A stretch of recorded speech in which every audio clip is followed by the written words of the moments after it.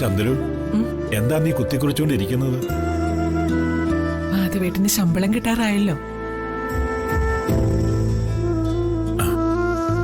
അടുത്ത മാസം ആദ്യം കൊടുക്കേണ്ട ഇടപാടുകൾ കണക്ക് കൂട്ടിക്കൊണ്ടിരിക്കുക. നന്നായി, കേൾക്കട്ടെ. വീട്ടുവാടകയും പലചരക്ക് കടയിലെ പറ്റുവരവും ചേർത്ത് 10,000 രൂപ. പിന്നെ പച്ചക്കറി, പത്രം, പാല് എല്ലാം കൂടി ചേർത്ത് 5,000. പിന്നെ ചില്ലറ ചെലവിന് കയ്യിൽ വേണ്ടത് ചുരുങ്ങിയത് 2,000 രൂപ. എല്ലാം കൂടി 17,500 രൂപ.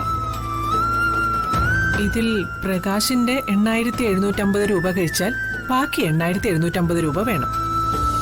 ശമ്പളം കിട്ടുമ്പോ ഒന്നിച്ചു കൊടുക്കാമല്ലോ അല്ലേ? അതെ, ചില്ലറ കടങ്ങൾ വേറെയും ഉണ്ട്. വാടക വീട്ടിൽ കഴിയുന്ന ദിയമോൾക്കെങ്കിലും ഒരു ജോഡി ഡ്രസ്സ് വാങ്ങിച്ചു കൊടുക്കണ്ടേ? വില കുറഞ്ഞത് മതി. പറ്റുമെങ്കിൽ കുറച്ച് പൈസ അതിന് മാറ്റിവെക്കണം. എന്താ മാധവേട്ടനൊരു വിഷമം? കിട്ടുന്ന പൈസ കൊണ്ട് ഇതിനെല്ലാം തികയില്ലെന്നാണോ? തികയും. എന്നാലും വന്ദനയ്ക്കും ജഗനും ഒന്നും വാങ്ങാൻ കഴിയില്ലല്ലോ എന്നോർത്താ ഒരു വിഷമം.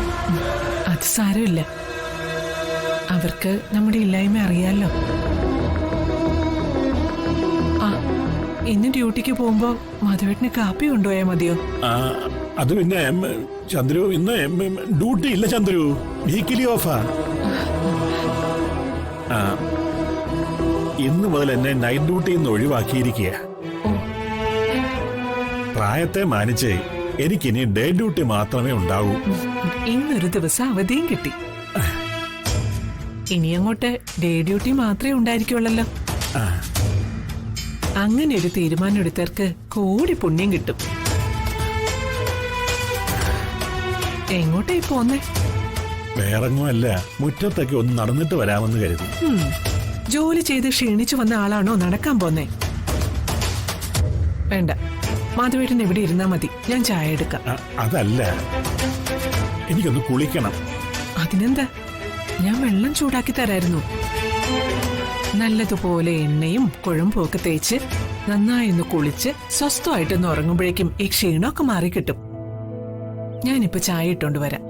ചന്ദ്രു, അതെ, എനിക്ക് നിന്നോടൊരു... അറിയാം, മുഖം വാടിയിരിക്കുന്നത് കാണുമ്പോഴേ എനിക്ക് ഊഹിക്കാൻ പറ്റും അമ്മയെ കാണാനുള്ള പൂതി തുടങ്ങിയെന്ന്. ഞാനെല്ലാം പറയാം.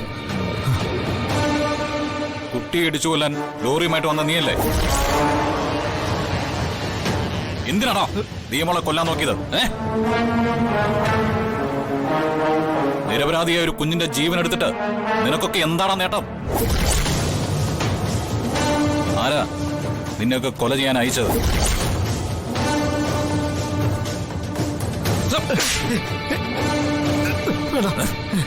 സത്യം പറയണം, രക്ഷപ്പെട്ടു പോകുന്ന കരുതണ്ട. ആരാ നിങ്ങൾക്ക് കൊട്ടേഷൻ തന്നത്? ചോദിച്ചു കേട്ടില്ല.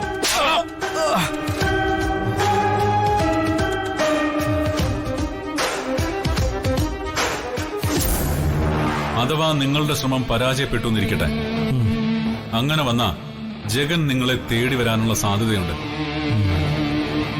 അങ്ങനെ സംഭവിച്ചാൽ ഒരിക്കലും എന്റെ പേര് പറയരുത്.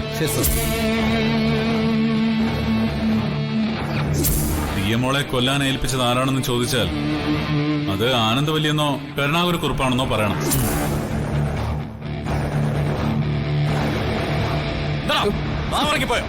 സത്യം പറയാൻ എന്നെ ഏൽപ്പിച്ച കാര്യം ഞങ്ങൾ ചെയ്തു മാത്രം. എന്തിനാണ് ഏതിനാണെന്നൊക്കെ അറിയണമെങ്കിൽ ആ കരുണാകരക്കുറുപ്പിനോടോ ആനന്ദവല്ലിയമ്മയോടോ ചോദിച്ചാൽ മതി.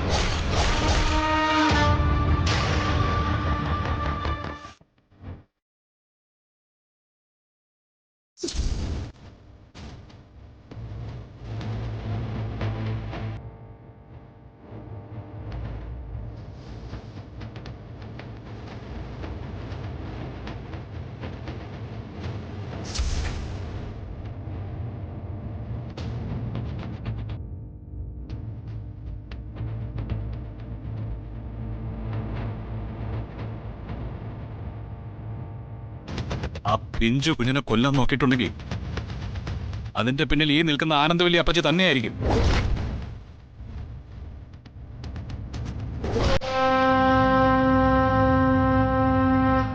എന്താടി സുമലതേ, നോക്കി പേടിപ്പിക്കുകയൊന്നും വേണ്ട.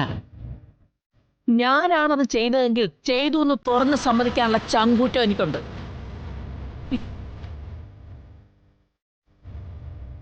ഞാനത് ചെയ്തിട്ടില്ല. ഞാനും വന്ദനയും മോളും ആർക്കും ഒരു ശല്യമാവാതെ ഒതുങ്ങി കഴിയുക. ആ മാന്യത എല്ലാവരിൽ നിന്നും ഞങ്ങളും പ്രതീക്ഷിക്കുന്നുണ്ട്. മറിച്ചായാൽ അച്ഛനെന്നോ അപ്പച്ചിയെന്നോ ഏട്ടത്തിയെന്നോ ഒന്നും ഞാൻ നോക്കില്ല. ജഗന്റെ പുതിയൊരു മുഖം കാണേണ്ടി വരും.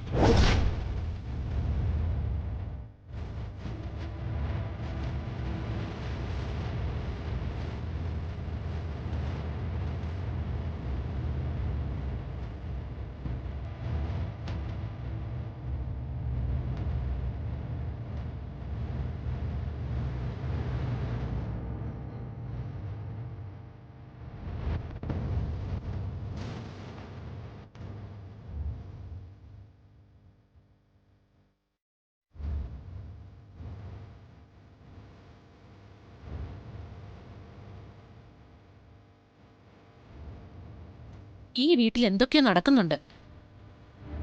അതിന് തടയിടാനുള്ള ആളാണെങ്കിലോ രാഷ്ട്രീയ ചർച്ചയായിട്ട് ഓടി നടക്കുകയില്ലേ. വീട് നന്നാക്കിയിട്ട് വേണം നാട് നന്നാക്കാൻ. നിനക്കിപ്പോഴും എന്നെയാണ് സംശയം തോന്നുന്നല്ലോ. ഞാനത് ചെയ്തിട്ടില്ല. നിന്റെ കെട്ടിയവനാണോന്ന് അവനോട് പോയി ചോദിക്കേ. എന്റെ ഭർത്താവിനെ എനിക്ക് നന്നായിട്ട് അറിയാം. ജഗനെന്ന് വെച്ചാലേ ആ മനുഷ്യന് ജീവനാ. ജഗനെ നോവിക്കുന്ന ഒരു പ്രവൃത്തിയും ആ മനുഷ്യൻ ചെയ്യില്ല. അതെനിക്ക് നല്ല ഉറപ്പാണ്.